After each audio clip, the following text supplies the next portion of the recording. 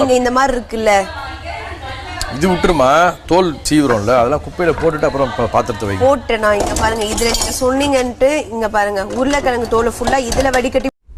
தீபக் வந்து கிச்சன் ஹெட்டுங்கிறனால அவர் எல்லாமே க்ளீனாக இருக்கணும்னு பார்க்குறாரு. அதுவும் அது சிங்கை ஸ்பெசிஃபிக்காக பார்க்குறாரு. ஆல்ரெடி வந்து ஜாக்லின் வந்து மவுத் வாஷ் பண்ணாங்கன்னு சொல்லிட்டு இஷ்யூ பண்ணார். இப்போ வந்து தண்ணி வந்து அதில் தேங்குது அப்படின்னு சொல்லிட்டு, ஏம்மா இதை வேஸ்டேஜை எடுத்து போட்டுட்டு செய்ய வேண்டியதானம்மா அப்படிங்கிறாங்க. பவித்ரா நான் அவ்வளவோ செஞ்சுட்டேன்னா அப்படியே அது வந்து ஒரு சில இது உள்ளே போயிடுது அப்படிங்கிறாங்க. நீங்கள் இருங்க, நான் க்ளீன் பண்ணிவிட்டு கொஞ்சம் டைம் கொடுங்க, நான் க்ளீன் பண்ணிடுறேன் அப்படிங்கிறாங்க பவித்ரா.